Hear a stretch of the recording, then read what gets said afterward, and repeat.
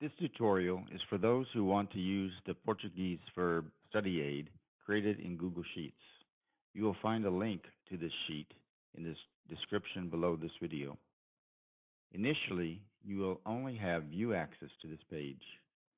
You will not be able to make entries on the tests. If everyone had edit access, multiple users could be trying to conjugate and only cause confusion. For this reason, you will need to create a copy of this for yourself. You will only have access to this if you have a Google account. If you haven't already, log into your Google account and then you can make a copy. There is an option to download the file, but these files are not very valuable. Once you create a copy, you will become the owner of your copy. You will be able to test, make modifications to the page, and share it as you wish. Go to File and select Make a Copy.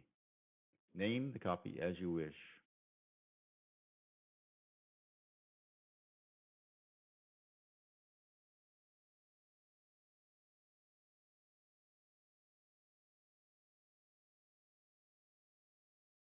Your copy of this spreadsheet should be on your Google Drive in the Sheets section as you left it the last time you had it open.